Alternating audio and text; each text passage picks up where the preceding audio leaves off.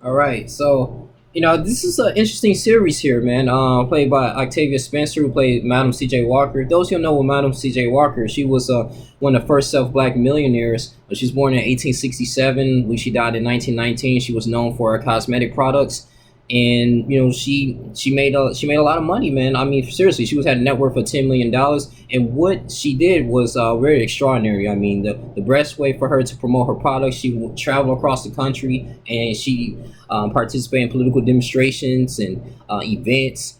I was speaking engagements, things that was really good, for the community. And she used her product was a straightening comb, a hot comb, a lot of things, man. She had a lab and people working for her, starting with her own family. And she just made something out of herself because she had an interest in hair. And what really started off was she wasn't really that young when she started off. She was kind of little middle age. She had a grown child in that particular time, and she knew in her mindset that, hey, I got to do something better. I'm sick of just being this regular housewife, what I'm saying, just doing what I'm doing, just being abused, washing clothes, just being that typical mother. I believe that women should be empowered. And this was pretty much her general direction in throughout this whole series. And as she began to promote her products with other people around her, they didn't really start taking her serious. She was working for someone during the health beauty, and before she actually started her stuff out, she had a little building. She was making some progress, but it wasn't as successful as other people, since Mount CJ Walker. And so she used her products and worked for this woman for 2 years, which was played by Kame Ijogo. She was like, I guess you want to say, the antagonist. At one point, she started getting kind of a little jealous throughout the series when Mount C.J. Walker, she found out that she stole her products and actually sold it and made her own money. And she's like, listen, it works. Like, this is a great way to market. And she's like, wait a minute, you're going to take my product that you work with. That's just like, you work at Walmart, right? Get a whole bunch of Lysol and hand sanitizer. It's kind of ironic right now with this virus, but and then you bought it, whatever, or you should steal it, whatever, because you're working there at the stock, and then you make money, you make profit out of it. You're like, you know what? I'm gonna make this equipment a little bit better. I'm gonna call it, Lysol or something like that. And you start add a little different ingredients, but it still do the same effect, and you just promote it a little bit different. That's kind of how she felt. She felt real disrespected in that sort. So I was gonna put her on that, but hey, at the same time though, their relationship kind of went downhill when she started disrespecting her, and just calling her out, saying, you was illiterate, you couldn't do certain things, you couldn't kind of change. I mean, the way you work for me. And she decided to do her own thing, man. And her husband was on board.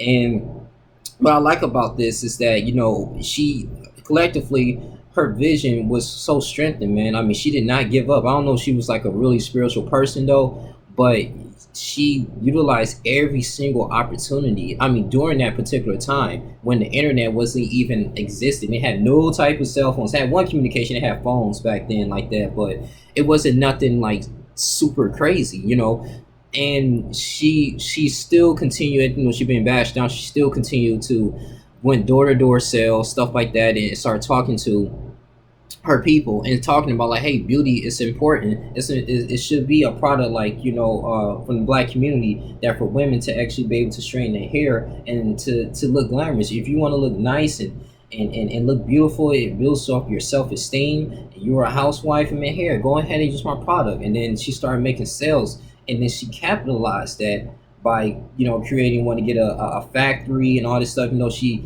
went through so much trauma. I remember one time she was looking for investors in one of the series here, and one of the investors wanted, almost raped her. But luckily she had a revolver and whatever, and she still became mentally, still was mentally strong. But she used this like, hey, at the end of the day, I'm gonna be something. I'm gonna continuously climb that ladder, which really was some powerful quotes, that she want that Johnny Rockefeller money. And Rockefeller, he owned a lot of the oils companies in that particular time, and she actually lived next to him towards the end of the series, man, when she was amassing like almost $1 million and stuff like that, man, and just really, really just getting herself together, man, just still being a housewife, but at the same time though, she had different people in her roles. She always wanted her daughter, which was played by Tiffany Haddish. Now Tiffany Haddish, I couldn't take her serious at first. When she, of course, she got married and stuff in the series and everything. I'm like, well, you just got married, and they was like, hey, welcome to the family. That joke was hilarious though, and I thought that her husband, the character, they was gonna, he was gonna start his own juicing company. I thought, I was like, man, that would be actually kind of sweet, man. And they was actually going to team up, but he ended up, getting kind of jealous, and he developed a long, bad relationship with her mother. his mother-in-law, and so that kind of, because they barely knew each other, they barely knew each other and all that type of stuff. So it was something that was like, all right, this really not going to work out. But with Tiffany Haddish, man, she was one of the daughters that really helped with her mother's legacy, but she didn't know what she wanted to do. So she was like kind of in between. She was like, okay, her mother was talking to her when she was going out doing these sales, distributing all this, the type of promotion. She was like, hey, what you want to do in life? She's like, I don't know yet. I mean, and she was like, here is something, your thing. I got to find what I want to do. And that's when she started getting involved with this young lady and doing photography. And it was just a lot of mini series of things, man. And she was trying to find herself, but she still, in the midst of her finding herself, instead of her just being in a corner and not doing anything, not being productive, she still managed to keep it going. And without her knowing, is that it was really sad that Mouse C.J. Walker had kidney failure. And after this Booker T speaking engagement, she tried to get Booker T Washington to sign for her, and it didn't work out or whatever. Trying to go into churches, but she still remained persistent. Have her husband on board. Her husband felt kind of wrong sided a little bit. It was attack on his marriage, and cheating on her because he just felt useless. He didn't have any type of hobbies, and she was kind of like saying, "This is my company, this is my stuff," and all this. And now it was a little selfish on her part. When you're married, you're supposed to include ours. This is ours. So even though it was your dream that you came up with, but when you're building as a spouse, this is something that all you guys have to collectively and do. And so I was just like, man, it was a very emotional distress with that, man. And that kind of took a toll on her, but she still pursued her dream and made so much money. But all she wanted was something to live for her daughter and for other people as well. She inspired other women to start their own beauty school, to go to school, to be their own boss. It's okay to have this stepping stone to work for me, even though you're making decent money, but be somebody. I did it. We only got so many years left, and she just had the experience of divine, just epiphany to me, that she only got a certain amount of years to live. She died at the age of 52, I believe. But she was like, hey, she told her daughter, like, I want you to have children.